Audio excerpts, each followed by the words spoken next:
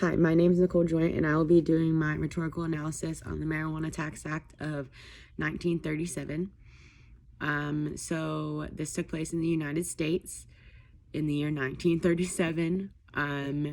This restricted the use, manufacturing, sale, and transportation of marijuana within and throughout the United States, including the importation of marijuana from other countries. Specifically, this dealt with hemp, affected the hemp industry, as well as obviously smoking marijuana. Prior to this, as far back as 1906, the states themselves had individually passed laws and acts on the use and control of marijuana. But this was the Marijuana Tax Act of 1937 was the first time that it was ever uniformly countrywide. I chose this topic because it was controversial then, and much like it is now. Back then, the states had individual control, and then the United States made it a uniform countrywide control, and now we're seeing states take back their control, but to go in the opposite direction. They're going less strict, whereas back in 1937, they were going more strict. Both of my artifacts deal with the country's mood towards marijuana, and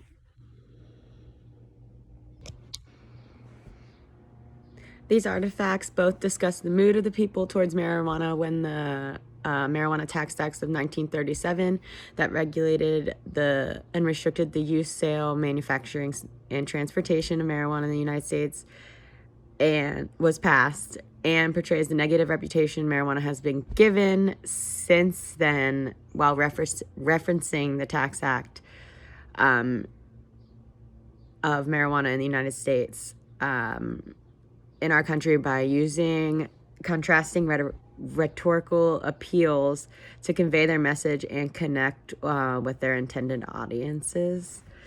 The authors and rhetorers of these artifacts use rhetorical appeals strategically to convey their message and connect with their intended audiences. The rhetoric, also known as the author, chose their rhetorical appeals to communicate their message by way of emotion, experience, logic, credibility, timing, and other tools they may find useful.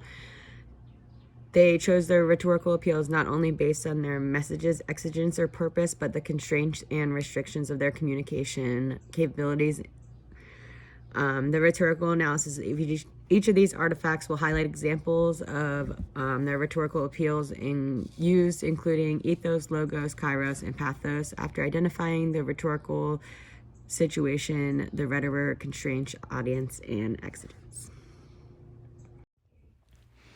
The first artifact relied most heavy on logos when using statistics, studies, data, and stats, especially from the Federal Bureau of Investigation in the United States government, when trying to depict and exemplify the propaganda that was used during the time of the passing of the act. Whereas the second artifact by James Goddard, Marijuana Reconsidered, an article from the New York Times,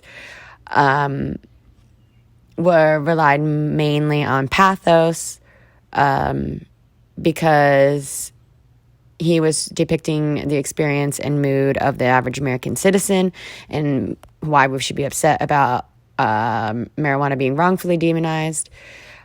Both did not rely heavily on kairos.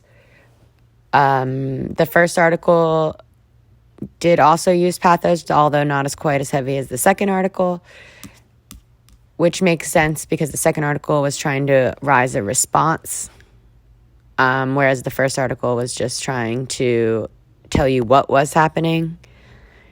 And they both used logos with, as I mentioned previously, with their states and their statistics and facts. And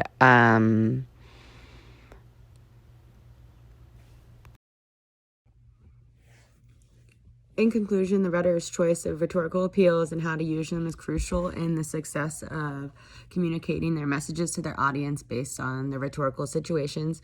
Although both my artifacts were completely different rhetorical situations, they were both tasked with the main subject being the marijuana and the Tax Act of 1937, one with how the mood was during it, and another one with how it's impacted us today, and our education on the marijuana as an average American citizen.